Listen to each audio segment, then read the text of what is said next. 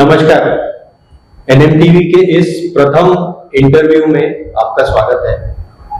प्रथम इंटरव्यू इसलिए कि हमारे साथ आज पहली बार एक हम इंटरव्यू करने जा रहे हैं जिसमें महिला कांग्रेस की पूर्व अध्यक्ष जो कि अभी रायपुर आई हुई है कांग्रेस अधिवेशन में, उनसे हम बातचीत करेंगे।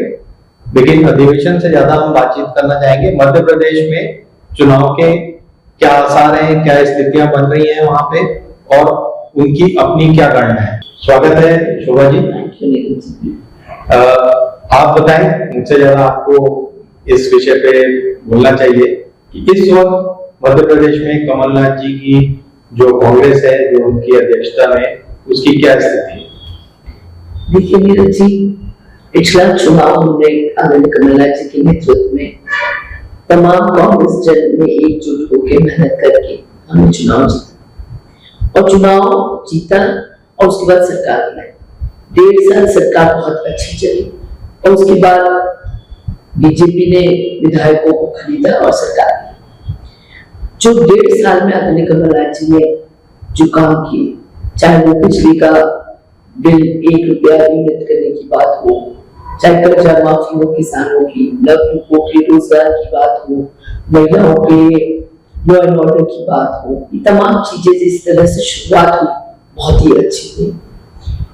और जो सरकार गिरी उसके बाद मध्य प्रदेश की जनता राह ताक रही थी कि कब अगला चुनाव आए और हम जो भ्रष्ट लोग हैं उनको खा के तमाम आपके पहले ही जा चुके हैं ज्योतिरादित्य के साथ जी। वो आप बीजेपी है ना, तो बीजेपी के भ्रष्ट लोगों को उखाड़ के फेंके। और वो अफवाह फैलाई गई थी कि कमलनाथ जी अब मुख्यमंत्री नहीं है तो वो मध्य प्रदेश से चले जाएंगे दिल्ली वापस, पर ऐसा कुछ नहीं हुआ। कमलनाथ जी मध्य प्रदेश में बने रहे, खूब मेहनत करी है और हम एकजुट हैं फिर से। आने वाले 2023 नवंबर में जो विधानसभा के चुनाव आने वाले हैं उसके लिए हम कमर कस के तैयार हैं। लेकिन इस बीच हम लोग ने काफी बातें सुनी है कि गुटबाजी अपने चरम पे है। दिग्विजय सिंह जी का एक गुट है जो पहले से चला आ रहा है। इधर यादव जो है अरुण यादव, वो संतुष्ट नहीं है। अर्जुन सिंह जी के लड़के अजय सिंह जी संतुष्ट नहीं है और इस तरह की और बहुत सी बातें। इनको कैसे बैलेंस करेंगे कमलनाथ जी? देखिए ये सब अफवाहें हैं।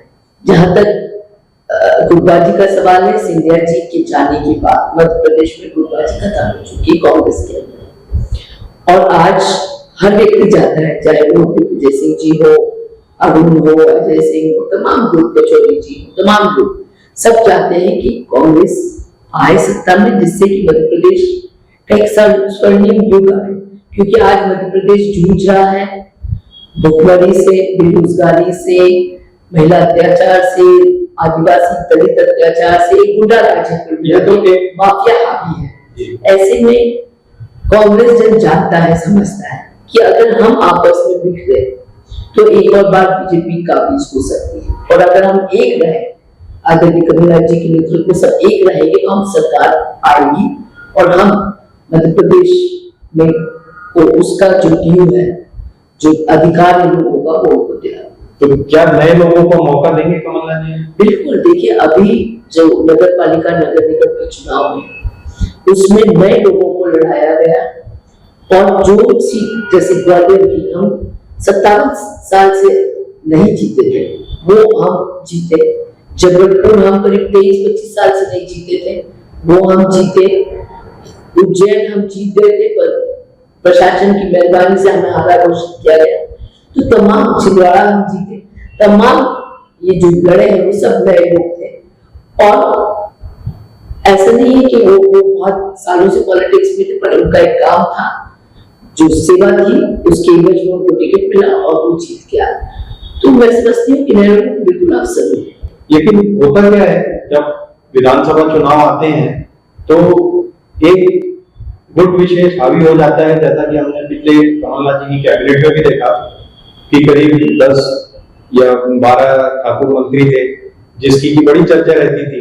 वो केपेबल होंगे, डिजर्व भी करते होंगे, लेकिन इनका एक बैलेंस बनाना राजनीति में बहुत जरूरी होता है, इसे कैसे अचीव करेंगे? देखिए, कमलनाथ जी का प्रयास है और कांग्रेस का प्रयास जैसे कि हमेशा से रहा है कि हर वर्ग को उसके अधिकार मिले। ओबीसी है, एससी है, एसटी है, महिलाएं हैं, नवयुवक है, बुजुर्ग है, हर वर्ग के साथ न्याय हो। और वो पहले भी हुआ था, पिछली बार भी बड़ा बैलेंस कैबिनेट था, सबको मौका मिलता था काम करने का। संगठन के अंदर भी बहुत ही बैलेंस रखते हैं, जहाँ ओबीसी को भी रिप्रेजेंटेशन मिले, एससी एसटी सबको महिलाओं को रिप्रेजेंटेशन मिले, इस बात का पूरा ध्यान रखा जाता है, आगे भी रखा जाता है। अब आप अभी अधिवेशन में आई थी, आपको राहुल जी में क्या नजर आया नया, जो उन्होंने 3500 किलोमीटर चलने के बाद आपको क्या महसूस हुआ? देखिए, राहुल जी ने जो ये पद यात्रा करी भारत जोड़ो, मैं समझती हूँ कि बहुत एक साहसिक कदम उन्होंने उठाया। और जिस तरह से जो थ्रेट्स थे उनकी दादी, उनके पिता की शहादत के बाद इस परिवार में, उसको नजरअंदाज करके, उसके बावजूद, उन थ्रेट्स के बावजूद वो जिस तरह से चले हैं और लाखों करोड़ों लोगों से वो मिले हैं अपनी यात्रा में। मध्य प्रदेश में भी ये यात्रा 13 दिन थी, तो हमने देखा कि किसान हो, परेशान हैरान गरीब हो, हर वर्ग का आदमी, महिलाएं, बुजुर्ग, युवक, हर आदमी उनसे आके मिला और अपनी पर्सनल प्रॉब्लम से लेके अपने प्रोफेशनल प्रॉब्लम से लेके देश की चिंता से लेके हर चीज पे उनसे चर्चा हुई। इससे उनमें क्या चेंज दिखा? पुराने राहुल और अभी में दाढ़ी के अलावा क्या चेंज? नहीं, देखिए, दाढ़ी तो अपनी जगह है, पर वो दाढ़ी उनकी मैच्योरिटी को दर्शा रही है, उनके अनुभव को दर्शा रही है कि वो कितना अपने आप में समेटे हुए। और मैं समझती हूँ वो एकमात्र व्यक्ति आज हिंदुस्तान में जिनसे करोड़ों लोग फर्स्ट हैंड मिले, 1 to 1 मिले, और राहुल जी सबकी समस्या को समझते हैं, उनको बहुत गहराई से समझने लगे हैं। जैसे एक एग्जाम्पल दूंगी मैं, मध्य प्रदेश में जब थे वो उज्जैन के आगे थे, सड़कों पे और घरों के ऊपर लोग हजारों की तादाद में खड़े रहते थे। एक छोटी लड़की करीब 20 साल की होगी, सड़क किनारे खड़ी थी, राहुल जी आवाज लगा रही थी, राहुल जी ने उसे अपने पास बुलाया, वो आई और राहुल जी का हाथ पकड़ के बोले। तो राहुल जी ने पूछा क्या हुआ, क्यों हो रही? तो उसने कहा कि मेरा परिवार है, मेरा हस्बैंड मुझे बहुत मारता है और मेरे घर वालों ने उसके खिलाफ एफआईआर दर्ज करी, और मैं नहीं चाहती मैं उससे अलग हूँ और ये भी नहीं चाहती कि वो मुझे मारे। तो राहुल जी ने तुरंत वो काम सौंपा कि ये इंश्योर करा जाए कि उस बच्ची को अपने घर पहुंचाया जाए, वो अच्छे से खुश रहे, उसको इंश्योर किया जाए। तो हर एक के दुख और दर्द को समझते हैं। तो आज जो राहुल जी है, राहुल जी ने खुद ने कहा कि मैं पुराने राहुल को पीछे छुड़ाया हूँ, और आज आप राहुल जी से मिलेंगे तो वो एक किसान के दर्द को समझते हैं, एक नवयुवक के दर्द को समझते हैं, महिलाओं के दर्द को समझते हैं, गरीब आम आदमी के दर्द को समझते हैं। तो एक राहुल जी ने जो गेन किया, मैंने समझती किसी और ने किया। लेकिन वो कह रहे हैं कि उन्होंने घर गेन नहीं किया है, 50 साल की जर्नी है। देखिए, वो एक घर होना, घर के मायने जड़ होता है, और एक वो जो कह रहे थे उसके बहुत गहरे मायने थे कि जब आप सरकारी घरों में रहते हो, जब घर बदलते हैं, तो आप कहीं ना कहीं अपने आप को जड़ नहीं महसूस करते हैं, आप रूटेड महसूस करते हैं। तो उनके बोलने के मायने बहुत गहरे थे, मैं समझती हूँ उस बात को। और सही बात है कि उस व्यक्ति ने या उस परिवार ने अपने लिए कुछ नहीं पाया, उन्होंने देश को दिया है, कांग्रेस को दिया है, शहादत दी और इतनी अनसर्टन जिंदगी बिताई है जहाँ ये नहीं बता सकते कि कल क्या होगा। ऐसी इनसिक्योरिटी के साथ वो परिवार फिर भी लगा हुआ है। जब जब देश को जरूरत पड़ी, ये परिवार आगे आया है इस देश को बचाने के लिए, कांग्रेस को बचाने के लिए। ठीक कह रहे हैं आप, कांग्रेस अपने देश को बचाने के लिए और वेरियस कामों में लगा रहा है, लेकिन क्या इस 50वें अधिवेशन में एक कॉमन मिनिमम प्रोग्राम जो दूसरी पार्टियों के साथ, अपोजिशन पार्टीज के साथ आप रख सकते हैं, इस पे कोई डिस्कशन हुआ क्या? बाहरी तौर पे नहीं, अंदरूनी तौर पे? देखिए, अंदरूनी तौर पे अलग अलग कमेटीज थी सब इश्यूज डिस्कस करने के लिए, इस पे भी चर्चा हुई है। और मल्लिकार्जुन खड़गे जी ने बोला कि हम यूपीए मॉडल चाहते हैं, जहां यूपी की सरकार ने मनमोहन सिंह जी के नेतृत्व में, सोनिया जी के नेतृत्व में बहुत अच्छी सरकार 10 साल की थी, जिसमें देश ने बहुत विकास किया, हर वर्ग खुश था।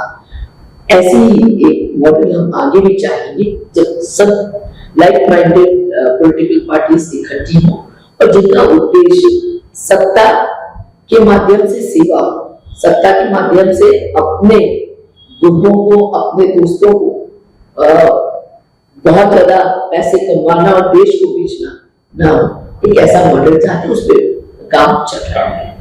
अभी क्या डिस्कशन आपके हिसाब से, ऐसा आपको लगा कि किसी ऑपोजिशन पार्टी के साथ डिस्कशन शुरू होगा? देखिए, जो मैं समझती हूँ कि जब ये कहा गया है तो निश्चित ही कहीं ना कहीं बातचीत शुरू हुई है और उसका कदम बढ़ाया जाए।